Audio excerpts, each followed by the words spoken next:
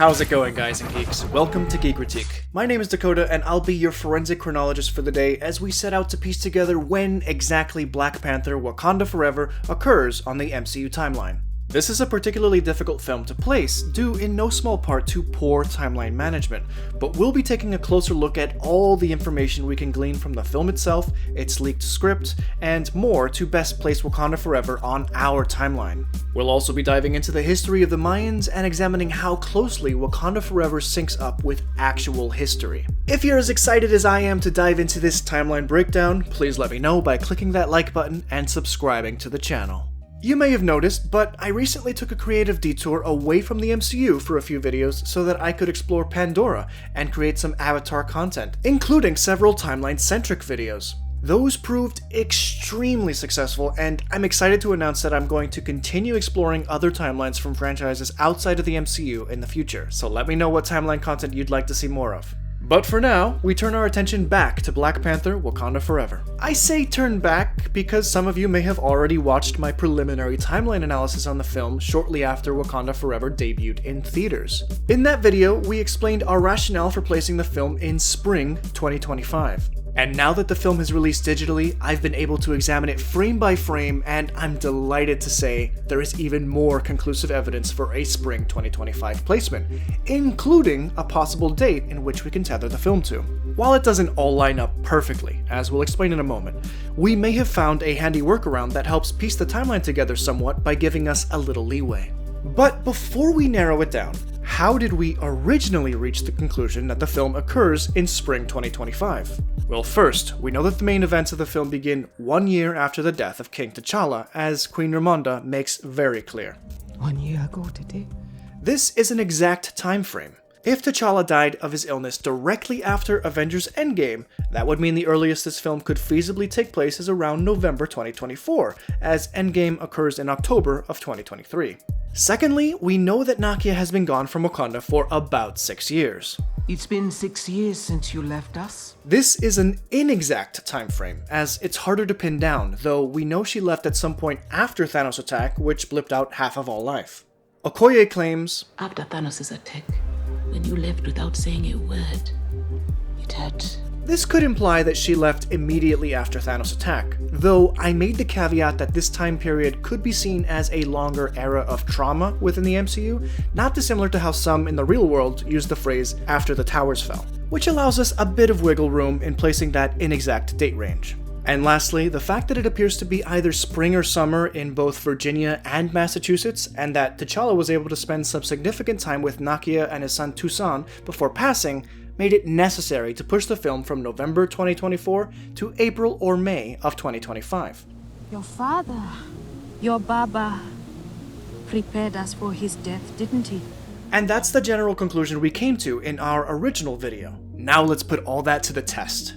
When Black Panther Wakanda Forever was released on streaming, Disney Plus also placed the movie on their timeline, and surprising many, they actually appear to have placed it correctly. They've slotted Wakanda Forever between Moon Knight, which they believe occurs in early spring 2025, and She-Hulk Attorney at Law, which elapses some months and has its final climactic battle on August 16th, 2025. For full transparency, I don't agree with Disney Plus's Moon Knight placement, as I placed it almost a whole year earlier on my timeline, but it's clear Disney Plus claims that it's a spring 2025 show, which is good news for us as we narrow down where Wakanda Forever takes place.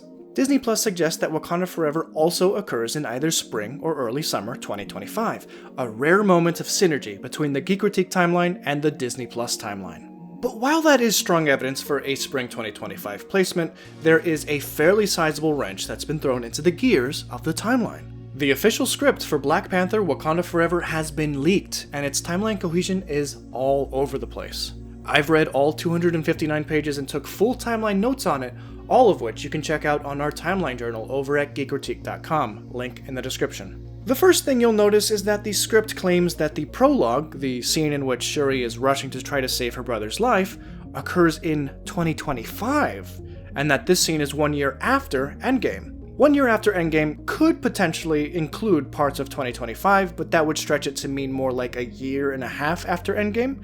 And if T'Challa dies in 2025, according to the script, then the rest of the film must occur in 2026. This changes everything that we know. Does this work? No, it doesn't. The script is all over the place timeline-wise, and while the intent may have been to set this movie in 2026, the math within the screenplay itself doesn't add up. Here's a brief rundown of some timeline mistakes the script makes that we can mostly ignore, but glean some writer intent from. In the screenplay, Nakia claims, "When I left Wakanda after the blip, I came here and found out I was with child." Earlier in the script, we have Ramonda claiming, It's been 6 years since you left us. This suggests that Nakia left Wakanda in spring 2018, the time Infinity War occurred, and has been in Haiti ever since. The script then claims the boy Toussaint is 7 years old. If she left 6 years ago and didn't realize she was pregnant until she got to Haiti, the boy should be almost 2 years younger than the script claims he is.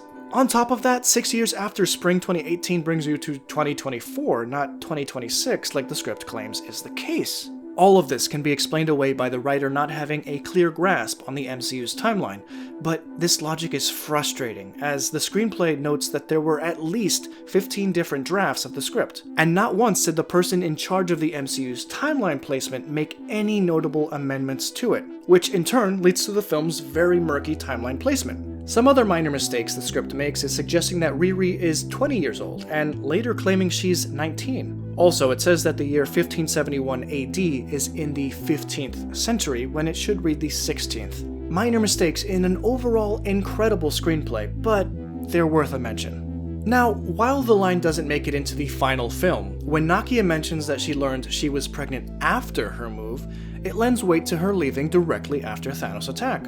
That was clearly the intent of what was written. Can this work with what we know from our timeline placement? No. You see, if the film occurs in spring 2025, 6 years prior to that would bring her move to Haiti in spring 2019. But she would have found out she was pregnant in spring 2018. These three facts cannot all be true. As it stands, the 6 years line and the spring 2025 placement only work together if we conclude she left shortly before giving birth to Toussaint in late 2018, early 2019, and not directly after his conception in spring 2018. So for the sake of making the film's internal logic and timeline sound, we have to ignore the unused line from Nakia about when she moved to Haiti, and assume she left later during the course of her pregnancy. With that being said, beyond my timeline placement and Disney Plus's timeline placement, is there any concrete proof that the film actually occurs in spring 2025? Well, yes, but somewhat indirectly. During a newsreel, we see a headline that reads, "Scott Lang continues tour in support of autobiography, look out for the little guy." We know that a big plot point early on in Ant-Man and the Wasp: Quantumania is that Scott is currently on his book tour, so this Easter egg in Wakanda Forever seems to clearly indicate that these films are happening roughly around the same time. Depending on how big of a book you're releasing or the level of celebrity you've achieved, a book tour can last anywhere from a couple weeks to a couple months. Scott Lang's a huge deal after being pivotal in saving the universe, so let's suggest his book tour is on the longer side. Are there any dates that could help us in Quantumania? Yes, the banners beside Scott during the reading of Look Out for the Little Guy say, "Meet today, July 24th, so we know Quantumania is in the summer of 2025.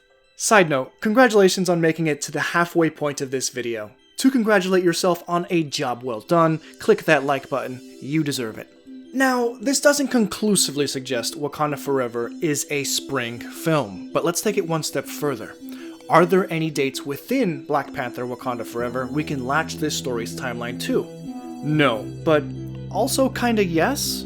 You see, the final cut of the film does not include any notable present-day dates or years. But there is a date hidden briefly in the deleted scenes, and it's extremely telling. Thanks to a friend of the channel, Ross Livingston, for pointing me in the right direction on this one. In the deleted scene titled The Upstairs Bathroom, when Everett Ross gets screened into a government agency, we see a brief date pop up as 2025-05-07, or May 7th, 2025. It even claims that this date is a Wednesday, which perfectly lines up with May 7th of 2025. This date fits like a glove and shows all the signs of someone behind the scenes making the right choices for continuity's sake. I just wish they chose to leave it in the film, though I understand why the scene was cut. And amazingly, this is pretty much exactly where we originally placed the film on our timeline and where Disney Plus chose to slot it in on theirs. It's all finally coming together. There's just one problem. It doesn't quite fit alongside the supposed anniversary of T'Challa's death. So what day exactly did King T'Challa die?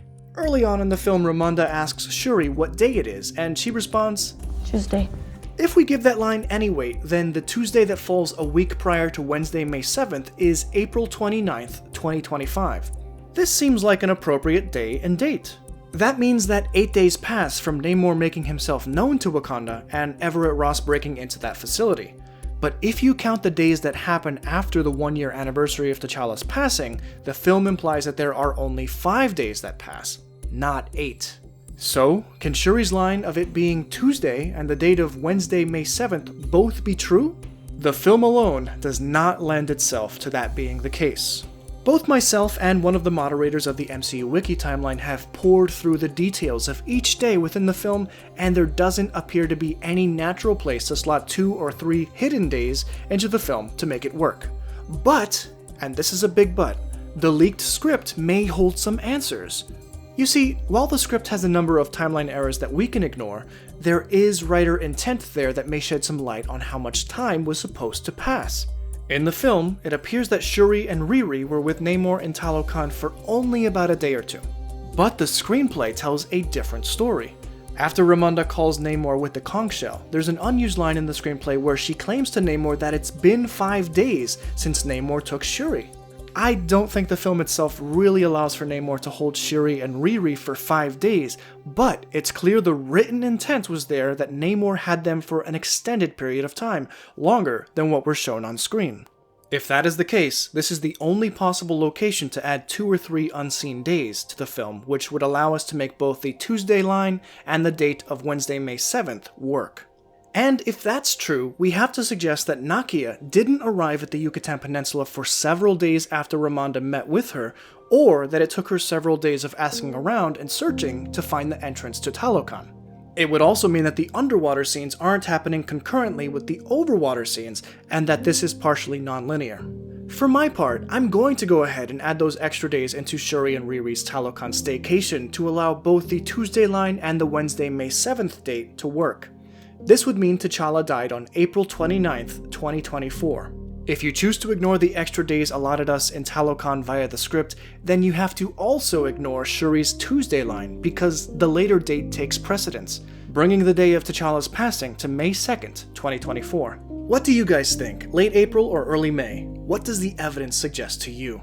But regardless of where you place T'Challa's death, we know conclusively that the majority of Black Panther Wakanda Forever's runtime occurs in the first half of May 2025. And that's where we'll keep it on our visual timeline graphic, the latest version of which is now available to our Patreon members. I've received a number of comments recently asking where T'Challa's passing lines up alongside the Dora Milaje's visit in The Falcon and the Winter Soldier.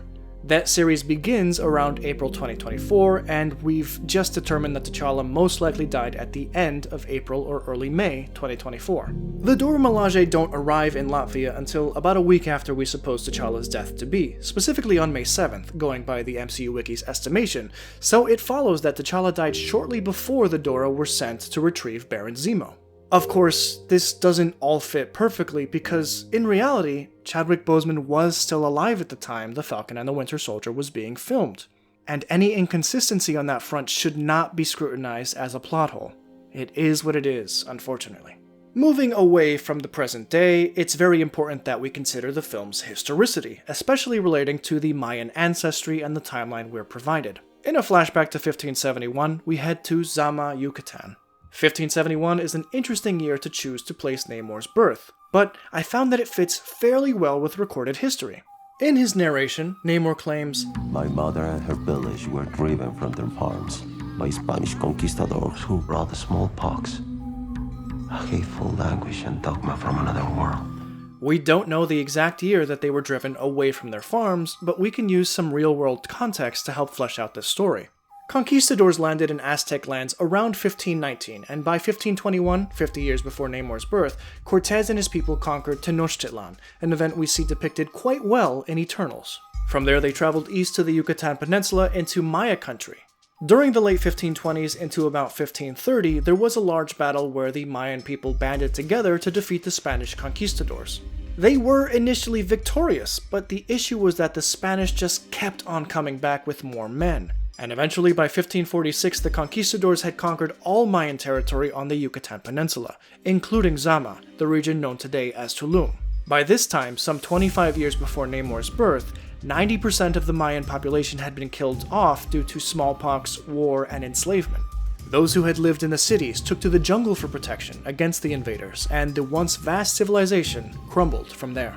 The script claims that Namor's mother had memories of Chichen Itza, a large Mayan city near the Zama region, so her story parallels that of the fall of Mayan civilization, though she likely would only remember the cities from her childhood. Zama, better known as Tulum, was one of the last Mayan cities to fall. Eventually, by 1571, even the farmlands in the area would be overtaken by the invaders, which is around the time we find these flashbacks to the few remaining members of this Mayan village. The film only highlights a small portion of the devastation caused by the conquistadors, but what it does showcase is spot on.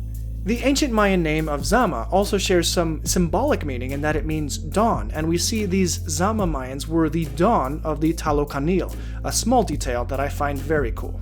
Namor ages particularly slowly, still a child at the time his mother dies of old age. The script claims that the year of her death and burial on land is 1631, so Namor is roughly 60 years of age here. By this time in history, the 17th century saw some of the first major settlement efforts from the Spanish, so seeing this mission built up on Mayan land in 1631 is not surprising and, in my opinion, quite historically accurate. The film does an incredible job of believably slotting its historical settings. After a frame-by-frame analysis, about 1.7% of the runtime occurs in 1571, 0.8% in 1631, 3.9% in 2024, and a whopping 93.6% in 2025. We hope you've enjoyed this video, and if you did, please don't forget to click that like button and subscribe for more. What timeline content would you like to see us cover next? I'd like to thank our Patreon members for being as awesome as they are and for making geeky timeline content like this possible. Our updated visual timeline is available to download now. Also, don't sleep on my Avatar content either, be sure to check that out now. Thanks guys, have a good one.